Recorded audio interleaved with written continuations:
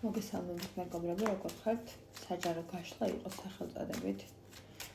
რა პერსპექტივა აქვს თქვენს ურთიერთობას სამომავლოდ და საერთოდ აქვს თუ არა ყველაფერს პერსპექტივა? პერსპექტივა აქვს, მაგრამ ამავდროულად არის რაღაცა არჩევანის წინაშე ადამიანი. ამოდიხართ, რომ კონკრეტული სიტუაციიდან გამომდინარე არჩევანის წინაშე იწყებით ერთმანეთთან, სტაბილურობა მოვა თქვენს დღის წესრიგში აუცილებლად. მაგრამ ყველაზე კარგი არის ის, რომ სამართლიანობა იზეიმებს თქვენ შორის და ურთიერთობას გაგრძელების პერსპექტივა ექნება. მე როგორ მეიქცევს, ότι მე ეს ამბავია, მაგრამ ურთიერთობა შედგეს და პერსპექტივა აქვს თუ არა ურთიერთობას, რომ ეს ურთიერთობა იყოს, კი აქვს ამ ურთიერთობას ეს პერსპექტივა.